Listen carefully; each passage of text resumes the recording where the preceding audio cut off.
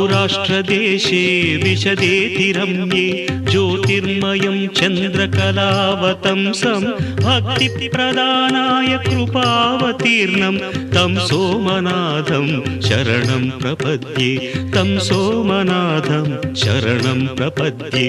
श्रीशैलसङ्गे विबुधातिसङ्गे तुलाद्रितुङ्गेऽपि मुदा वसन्तं तमर्जुनं मल्लिकापूर्वमेकं नमामि संसार समुद्रसेतुं नमामि संसार समुद्रसेतुम्।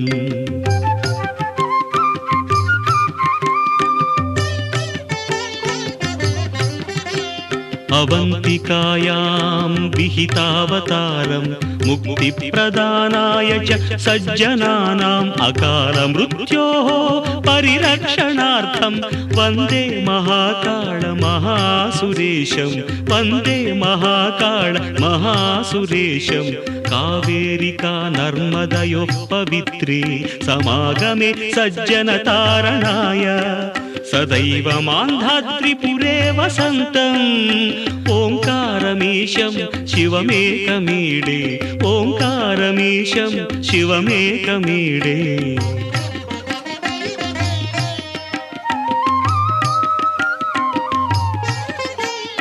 पूर्वोत्तरे प्रज्वलिकानिधाने सदा वसन्तं गिरिजासमेतं सुरासुराराधितपादपद्मं श्रीवैद्यनाथं तमहं नमामि श्रीवैद्यनाथं तमहं नमामि।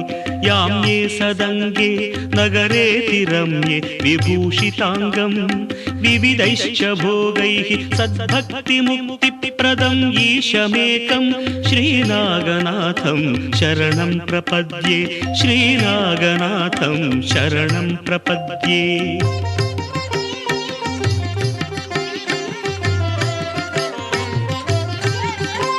महाद्रिपार्श्वे च तटे रमन्तं सम्पूज्यमानं सततं मुनीन्द्रैः सुरासुरैर्यक्ष महोरगाद्यैः केदारमीशं शिवमेकमीडे केदारमीशं शिवमेकमीडे।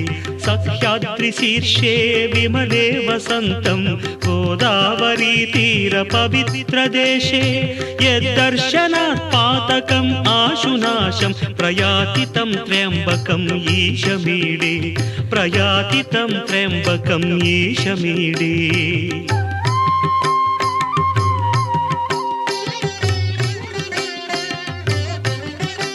सुताम्रपर्णी जलराशियोगे निबध्य सेतुं विशिखैरसङ्ख्यै श्रीरामचन्द्रेण समर्पितं तं रामेश्वराख्यं नियतं नमामि रामेश्वराख्यं नियतं नमामि। यं डाकिनी शाकिनिका समाजैः निषेव्यमानं पिशिताशनैश्च सदैव भीमादि पदप्रसिद्धं तं शङ्करं भक्तहितं नमामि तं शङ्करं भक्तहितं नमामि।